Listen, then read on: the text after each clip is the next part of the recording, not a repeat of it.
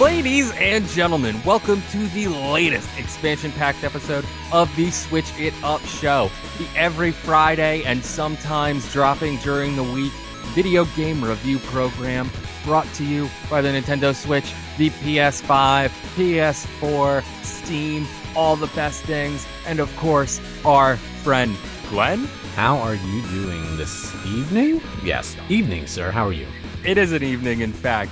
I'm doing okay. I'm in a bit of a panic because I played Bishoujo Battle Cyber Panic on the Nintendo Switch, and it was a bit of a stressor. But before we get there, ladies and gentlemen, we're gonna let these sweet, sweet beats ride.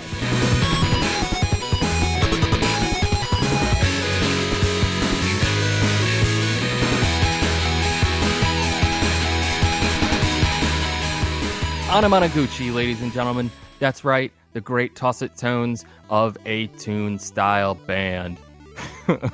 I think that works. So, the first game we're reviewing today is Bishoujo Battle Cyber Panic. It is $5.99, and you get 30 gold coins when you purchase it digitally, and it is available now. It is a classic Japanese reveal mechanics meet modern mecha museum fan service. Good God. What a description.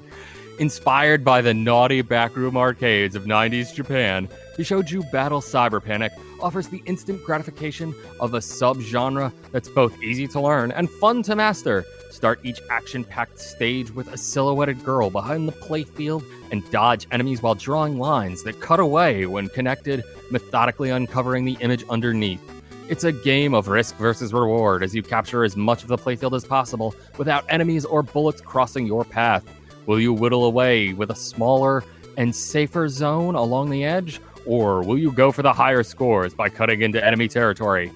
Box in power-ups to use their effect, unlock completed images in the gallery, and share your victories across online leaderboards. It features rescue anime-style mecha girls in 50 unique stages, decide your own strategy in free-form gameplay, adapt to gradually increasing difficulty, unlock special 5-star challenges with the girls in alternate outfits, view your captured images in gallery mode, enjoy a pumping soundtrack that will get you in the mood, share high scores with online leaderboards. It's from our friends over at East Asia Soft and Zoo Corporation, and it's only rated T14 for suggestive themes.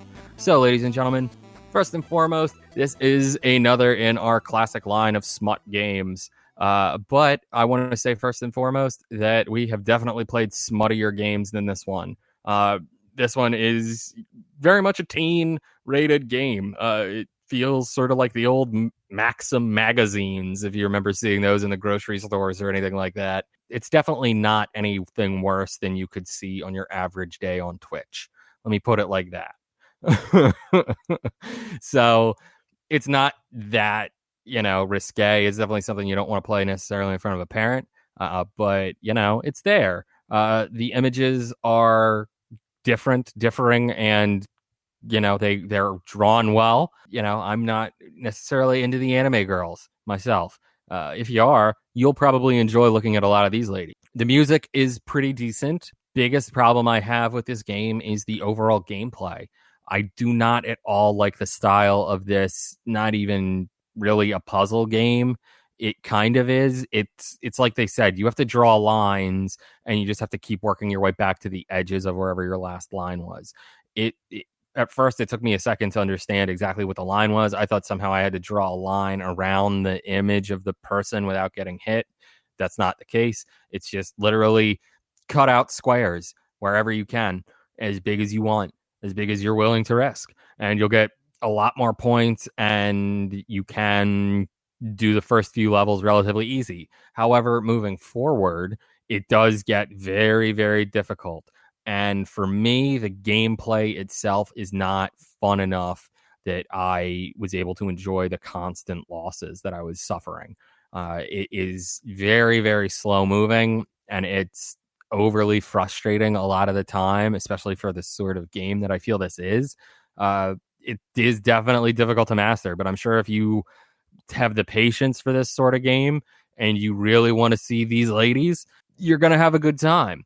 For me, I definitely think we've played better smut games, ones that are more fun, ones that are actually very well made. This one, it's not necessarily that it's well made, not poorly made. It's just that I don't enjoy this style of gameplay, puzzle, attack, action game at all. So for me, I'm going to give this a 2 out of 5. This is interesting because we actually reviewed. I wish I remembered the name for it. I don't. But we played a similar game like this, and I played it, and it was like a shooter type game where almost kind of like Breakout, where you were on top of a picture and you had to like shoot these different enemies, and as they blew up in certain areas, it would unlock other portions of the picture. I feel like that would be more interesting and a much better time of gameplay. I was kind of like, and it was the same idea that you're uncovering pictures of these characters, shall we say? And it wasn't really like too like wild. Like, it was pretty tame. I think it was rated like teen. But like the gameplay part of it was actually really good. Like the puzzling aspect of it, I was like, wow. Like, because sometimes these games are skewed towards a certain audience, and sometimes that's all they are. But we do request pretty much everything that comes out on the Switch, and when we get it, we try our best to play it as soon as possible. And sometimes we're surprised by the gameplay. For take a look at the video of Waifu Hunter. That was a surprisingly great game. I was so surprised by Waifu Hunter. Definitely check out the gameplay for this, because you can see how frustrated I got and how simple it probably actually is for you, so you can laugh at me down here in the show notes. So let's change it up just a little bit. I thought I would pair that game with Crime Opera: The Butterfly Effect, which is a visual starring novel. Ashton Kutcher. No Ashton Kutcher in this one. In this one, you will be exploring a tale of loyalty, deceit, and murder through the eyes of a mafia family's children.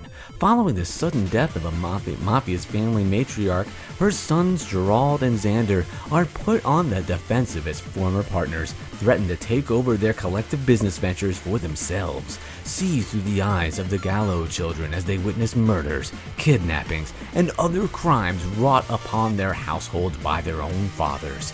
Crime Opera explores the strength and frailty of familiar bonds, presenting its narrative in a beautifully illustrated style. Customize your experience by deciding to read straight through it like a kinetic novel, or make choices that impact the story like a visual novel. Either way, this complex and effectual tale is bound to grip you from the beginning to end as a life of crime spirals out of control. It features the ability to see through the eyes of the 6 children born into the world of crime. Explore an intricate narrative across 24 chapters. Decide whether to play with or without choices that impact the story, and enjoy beautifully illustrated backdrops and character sprites. This game came out not too long ago, really only a few days, on the 28th of April, and it is from the wonderful people over at East Asia Soft, and it's rated M. Mature 17 plus, and it's $7.99 on the eShop. It is on sale. I thought this one was interesting because it is a visual novel, but it's a visual novel of the mafia / Italian family. And I feel like I've played a lot of visual novels, and I haven't really seen one set before, in a mafia style setting. So I was like, this is... We don't have the Tony Soprano one. This is it. No, we do not. And this is, of course, a visual novel. If you have not played a visual novel, we cover a bunch of them here on the show, but you might be maybe familiar with a Phoenix Wright.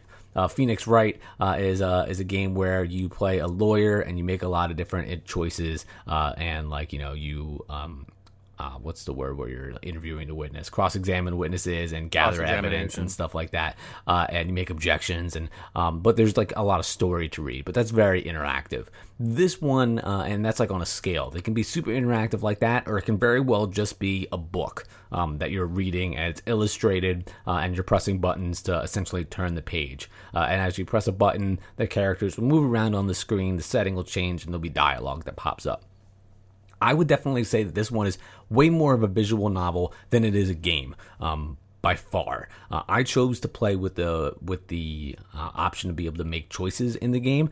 I felt like I played for a long time before I got any choices that were offered to me.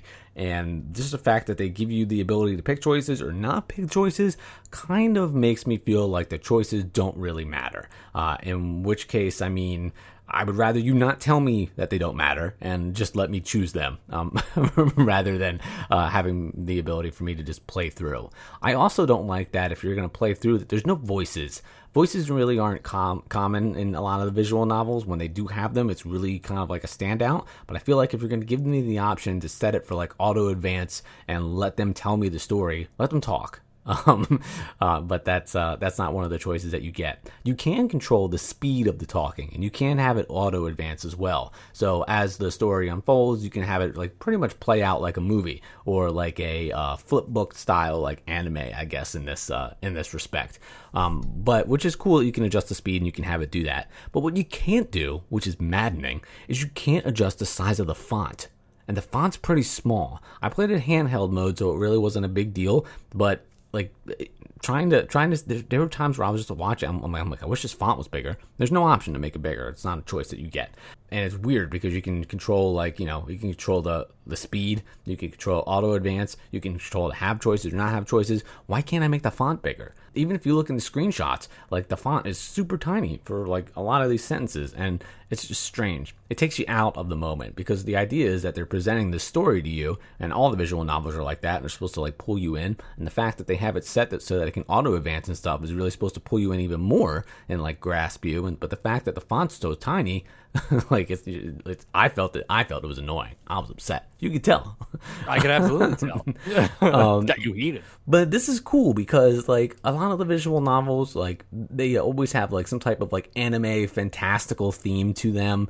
I played one where everybody could fly and they were in high school and everyone was learning how to like use their wings. And I've played another one where you are in like post-apocalyptic like Neo, like Tokyo Akira style, where there's ghosts. Like everything's usually like really, really extreme. And this is the first visual novel that I've seen on the eShop, or that we've played here on the show, where it's kind of like a more familiar story and plot that we've seen. This is kind of like The Godfather, but if it was a visual novel. So it's neat because if you might not be into some of the regular like anime type settings or characters or storylines where like everybody's in high school, and in this one it's not really quite the same. That yes, the characters are younger, some of them are in high school. You actually play I think you're 11 when you play this game, but I mean it's really more so about the relationship that you have with your parents, especially your mafioso father. So it was neat. It's interesting in that respect because it felt like something fresh to a genre that we deal with a lot. So for that, I'm going to go ahead and give this game a 3.5 out of 5. Just make the font bigger. Just make that font bigger. My guy's old. He's got bad eyes. Yeah, I can't see. No, listen, no glasses. Forget it. I can't see what's on the monitor in front of me. It's a foot away. Definitely not going to be able to. There's no shame in that. And there's no shame in enjoying any of the games that we played today here on the Nintendo Switch. Let us know if you liked any of them. Get at us down here. Get at us on Twitter. We are always looking for comments. Be sure to rate, like, subscribe, because it's the only way that we survive. And if things ever get boring, ladies and gentlemen, remember, you can always switch it up.